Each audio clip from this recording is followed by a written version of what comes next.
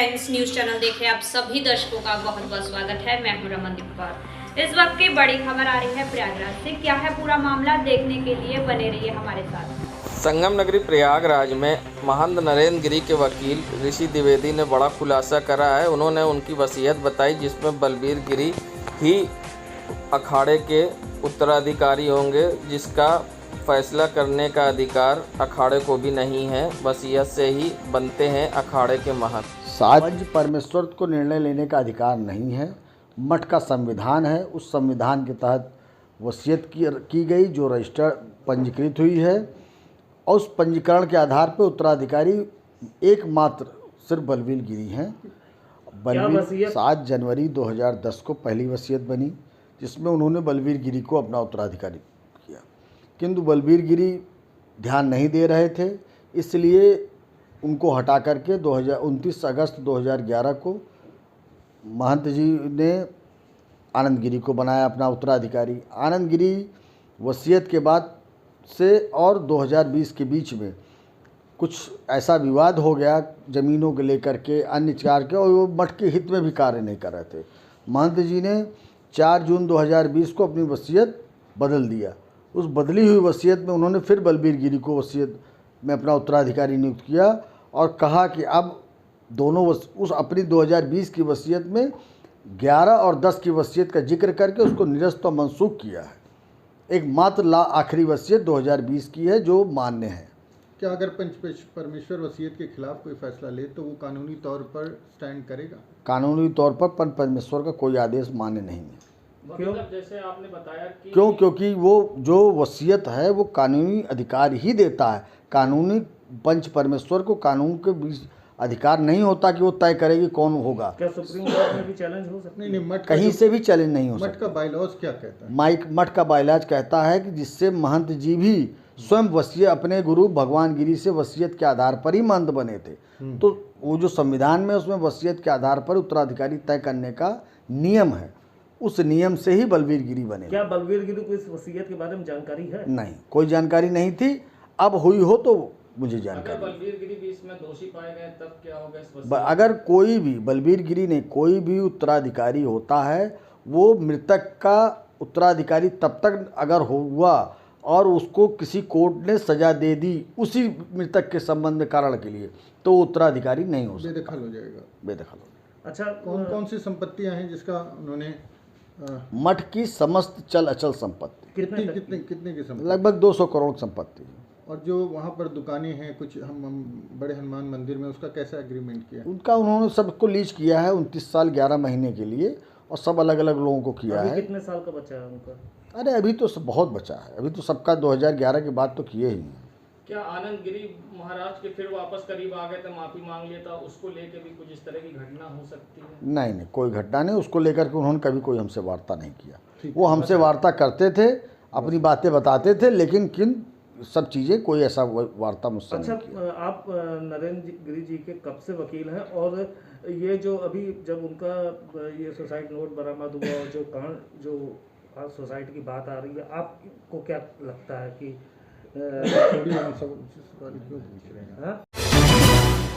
संगम नगरी प्रयागराज, आज प्रयागराज में हुए नवाबगंज में बेटी और मां के कत्ल को लेकर, कानून व्यवस्था को लेकर अब घेरते हुए आप जिला अध्यक्ष डॉक्टर अल्ताफ़ ने योगी सरकार पर हमला बोला है और कहा कि योगी सरकार को नैतिकता के आधार पर इस्तीफ़ा दे देना चाहिए। आइए सुनाते हैं क्या कहना है जिला अध्यक्ष डॉक्टर अल्ताफ़ का।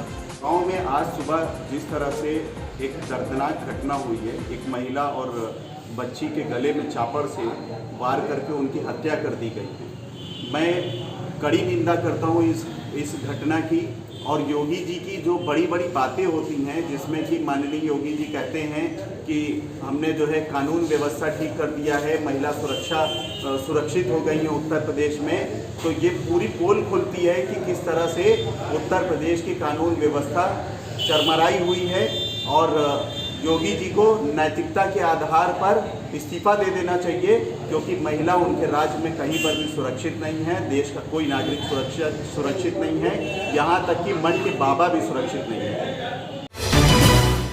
संगम नगरी प्रयागराज जो आईएएस की फैक्ट्री कहलाती है, आज यहाँ की युवाओं में कुछ अलग कर गुजरने के जज्बे दिखाई देते हैं और अक्सर प्रयागराज के युवा चर्चे में होते हैं। वहीं प्रयागराज के देवव्रत द्विवेदी ने एक नई पहल शुरू की है। इस ऐप का नाम वीगो है। देवव्रत बताते हैं वीगो ऐप बच्चों को स्कूल और कोचिंग लाने ले जाने में मदद करेगी, यानी अब आपको बच्चों को स्कूल भेजने के लिए किसी बस सर्विस के लिए परेशान नहीं होना पड़ेगा। अब आप अपने फ़ोन से वीगो ऐप इंस्टॉल करके उसमें एक रिक्वेस्ट करनी होगी, जिसके बाद वीगो कंपनी आपसे संपर्क करेगी और आपके बच्चे को घर से स्कूल और स्कूल से घर व कोचिंग तक ले जाने लाने में मदद आपकी करेगी। सर, ये एक ऐसा ऐप है जैसे स्कूल के बच्चों के ट्रांसपोर्टेशन के लिए है कि आपने अपने फ़ोन पे इंस्टॉल किया इस एप्लीकेशन को, आपने रिक्वेस्ट करी रिक्वेस्ट हमारी, तो हमारी टीम आपके अप्रूव करेगी कि हाँ वो एरिया पे सर्विसेबल हैं। फिर एक गाड़ी आप पिक करने आएगी, आपके बच्चे को स्कूल लेके जाएगी, फिर वापस स्कूल से लाके घर पे ड्रॉप कर देगी। बीच में आप अपने बच्चे की लोकेशन को लाइव ट्रैक कर सकते हैं। जो भी सारे ड्राइवर्स हैं वो सारे ड्राइवर्स वेरीफाइड होते हैं। कस्टमर सपोर्ट 24/7 अवेलेबल होता है आपके पास।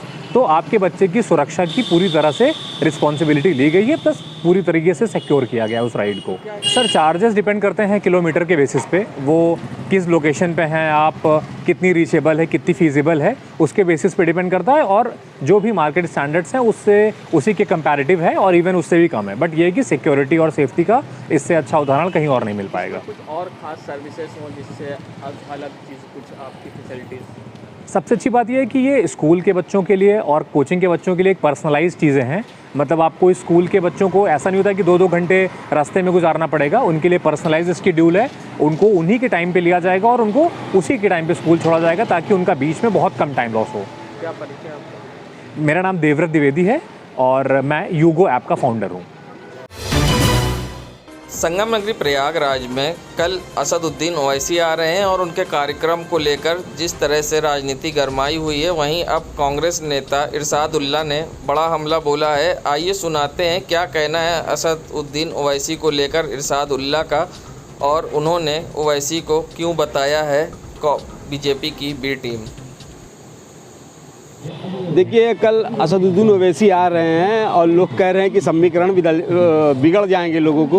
उनकी ये नादानी है, बेवकूफ़ी है, वो बेवकूफ़ी बनी वाली हरकत ये कर रहे हैं। ये लोग जो चर्चा कर रहे हैं, असदुद्दीन ओवैसी के आने से कुछ नहीं होगा। लोग पूरा समझ चुके हैं कि ये असदुद्दीन ओवैसी बीजेपी और आरएसएस की बी टीम है। छोटा रिचार्ज जिसको बोलते हैं, छोटा रिचार्ज बीजेपी आरएसएस का छोटा रिचार्ज है। इससे जनता आपको सावधान हो गई है। अब पूरा कोई या हिंदू या मुस्लिम वो सब जान चुका है कि ये बीजेपी आरएसएस का छोटा रिचार्ज है। इससे सावधान हो जाइए। अगर इनको आप करेंगे तो बीजेपी और आरएसएस रिचार्ज हो जाएगी।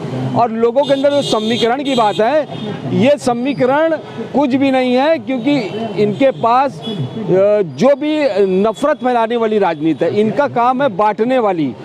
ये भी वही काम करते हैं जो बीजेपी करती है। बीजेपी कहती है कि मुझको हिंदू का वोट चाहिए, ये कहते हैं मुझको मुस्लिम का वोट चाहिए। ये मुद्दों की बात नहीं कर रहे हैं। आम जनता को क्या दिक्कतें हैं उनसे इनको कोई सरोकार नहीं। इनको सरोकार सिर्फ अपने वोट को हमारे किस तरीके से हमारा मुस्लिम एक यूनाइट हो जाए, ध्रुवीकरण की राजनीति करने के लिए आए हैं। हम इसका विरोध करते हैं और हम ये कहना चाहते हैं आम जनता से कि आप लोग सावधान हो जाइए। ये ध्रुवीकरण की राजनीति करने आ रहे हैं। संगम नगरी प्रयागराज में ऑल इंडिया मजलिस इत्तेहादुल मुस्लिमीन के राष्ट्रीय अध्यक्ष असदुद्दीन ओवैसी कल 25 सितंबर को प्रयागराज में 1 बजे लोगों को संबोधित करेंगे और इस कार्यक्रम में अतीक अहमद की पत्नी भी शामिल होंगी, जो अतीक अहमद का मैसेज पढ़ेंगी। आइए सुनाते हैं क्या है पूरा कार्यक्रम लीगल सेल अध्यक्ष आरिफ इकबाल के द्वारा। प्रोग्राम है, क्या प्रोग्राम कितने बजे तक आएंगे? कुल हिंद मजलिस इत्तेहादुल मुस्लिमीन और लोकसभा के वरिष्ठ सांसद जनाब बैरिस्टर असदुद्दीन ओवैसी साहब का कल 10:30 बजे फ़्लाइट लैंड करेगी बाबतपुर एयरपोर्ट पे, और वहाँ से बाबतपुर से सीधे इलाहाबाद का बीच में कई जगह उनका स्वागत है, चूँकि भदोही जनपद में उनका स्वागत है। उसके बाद 11:30 बजे यहाँ कार्यकर्ताओं को संबोधित करेंगे और आगामी विधानसभा चुनाव को देखते हुए पूरे उत्तर प्रदेश में हमारे राष्ट्रीय अध्यक्ष का कार्यक्रम लग रहा है। और जिस तरह से भीड़ उमड़ रही है उत्तर प्रदेश में, बगैर हमारे किसी की सरकार नहीं बनेगी। अभी इलाहाबाद में 3 दिन की मशक्क़त के बाद लीगल सेल की अथक प्रयासों से, मेहनत से हम लोगों को अभी अनुमति मिली है कार्यक्रम की। अब हम लोग पूरा अपना ताकत जोर लगा चुके हैं इलाहाबाद के हम जो कई सीटों में मजबूती से लड़ने के लिए, और कार्यकर्ताओं में एक जोश उत्साह है। राष्ट्रीय अध्यक्ष का 2017 के बाद से ये 2021 में करीब 4-4.5 साल बाद आगमन हो रहा है। इसको लेकर पूरे इलाहाबाद की आसपास के जनपदों में कार्यकर्ताओं में, नागरिकों में उनको सुनने के लिए, जिस तरह उन्होंने दलितों, पिछड़ों, अल्पसंख्यकों को लोकसभा में मुद्दे उठाए, इसलिए उनको हिंदुस्तान का हर तबका लाइक कर रहा है और उनको सुनने के लिए बेचैन है कि हिंदुस्तान में ऐसा बेबाक लीडर जो दलितों, पिछड़ों के लिए लोकसभा में आवाज़ उठाता हो, संसद से लेकर सड़क तक, इसको सुनने के लिए पूरी आवाम कल इलाहाबाद की उनको बेसब्री से इंतज़ार कर रही है। जैसा कि लखनऊ प्रेस कॉन्फ्रेंस में हमारी पार्टी के सुप्रीमो ने अनाउंस किया था कि उनके परिवार जहां से चाहे 2-3 जगह सीटों से चुनाव लड़ाने के, और अतीक अहमद के आने से पूरे इलाहाबाद सहित आसपास के जनपदों में जहाँ चुनाव, उत्तर प्रदेश एक बहुत मजबूत आधार में लगा। ये वही अतीक अहमद जिन्होंने अपना दल को उत्तर प्रदेश में एक पहचान दी। पहली 2002 में विधानसभा चुनाव लड़ा कर 3 विधायक जिताया, पूरे हिंदुस्तान में अपना दल को एक पहचान दिलाई। तो अतीक अहमद के आने से MIM पूरे हिंदुस्तान में, उत्तर प्रदेश सहित पूरे हिंदुस्तान में मजबूत होगी, एक ताकत मिली है। अब विधानसभा में एक मजबूत स्थिति में रहेंगे और हम विधानसभा में इतनी तादाद में हम जीत के पहुंच रहे हैं कि बगैर हमारे, हम किंग मेकर की भूमिका में रहेंगे, बगैर हमारे किसी की सरकार नहीं बनेगी। आरिफ इकबाल, अध्यक्ष MIM नगरी प्रयागराज MIM प्रेसिडेंट के आने की खुशी में MIM के लोगों में खुशी की लहर है। आइए सुनाते हैं क्या कहना है MIM कार्यकर्ताओं का ओवैसी के आगमन पर। असद साहब के आने का जो उत्साह है सिर्फ कार्यकर्ताओं में नहीं है, मैं कहता हूं कि इलाहाबाद के पूरे मंडल में है। इलाहाबाद में उत्साह है, इलाहाबाद के लोगों में, कानपुर के लोगों में, आपके बगल में कौशाम्बी, प्रतापगढ़, मिर्ज़ापुर, तमाम जगह के कार्यकर्ता बहुत ही पुरजोश हैं उनका इस्तकबाल करने के लिए। और 25 तारीख को बिल्कुल ये क़यास आराइयाँ चल रही हैं, ये गलियों गलियों में ये ख़बर गूंज रही है कि उस दिन बैरिस्टर साहब एक बड़ा ऐलान यहाँ से कर सकते हैं। जैसे कि अभी माननीय सांसद पूर्व अतीक अहमद साहब की बीवी ने पार्टी को ज्वाइन किया है, तो उम्मीद है कि एक ऐलान उनके ताल्लुक़ से हो सकता है यहाँ पर। और जो प्रोग्राम होगा, ऐतिहासिक प्रोग्राम बैरिस्टर असदुद्दीन ओवैसी साहब का होने जा रहा है इलाहाबाद में। और रही चुनाव की बात सर, तो मैं ये कहना चाहता हूँ कि चुनाव में सपा, बसपा, कांग्रेस, इलाहाबाद पूरे मंडल की मैं बात कर रहा हूँ, यहाँ से कानपुर, श्रावस्ती, बलरामपुर, सुल्तानपुर तक की बात है कि सपा, बसपा कहीं पर भी लड़ाई में नहीं है। अगर बीजेपी को कोई हरा रहा है तो मजलिस इत्तेहादुल मुस्लिमीन हरा रही है। इसलिए हमारी अपील भी है कि जो लोग भी चाहते हैं कि बीजेपी गवर्नमेंट ना बने, बीजेपी हार जाए, तो वो लोग मजलिस को वोट करें। क्योंकि आपको खुद समझ में आ रहा होगा कि इस वक्त प्रेजेंट टाइम क्या ग्राउंड रिपोर्ट है कि ना ही सपा, बसपा, कांग्रेस कोई MIM के टक्कर में नहीं। इलाहाबाद मानी ज़िला महासचिव इलाहाबाद MIM। संगम नगरी प्रयागराज ये नज़ारा है बहराना चौराहे का, जहां पर आप देख सकते हैं कुंभ के दौरान लाखों रुपए से लगाई गई LED वॉल पर अब धूल फाक रही है। ये LED लोगों को यातायात नियम के प्रति जागरूक करने के लिए विज्ञापन LED लगाई गई थी, जिसके बाद अब ये LED बंद पड़ी है। सरकार के द्वारा लगाई गई LED जिस पे सरकारी विज्ञापन और यातायात नियम को पालन कराने हेतु निर्देशित करने के लिए विज्ञापन लगाए जाते थे, जो अब बंद पड़ी है और जिम्मेदार बन अनजान।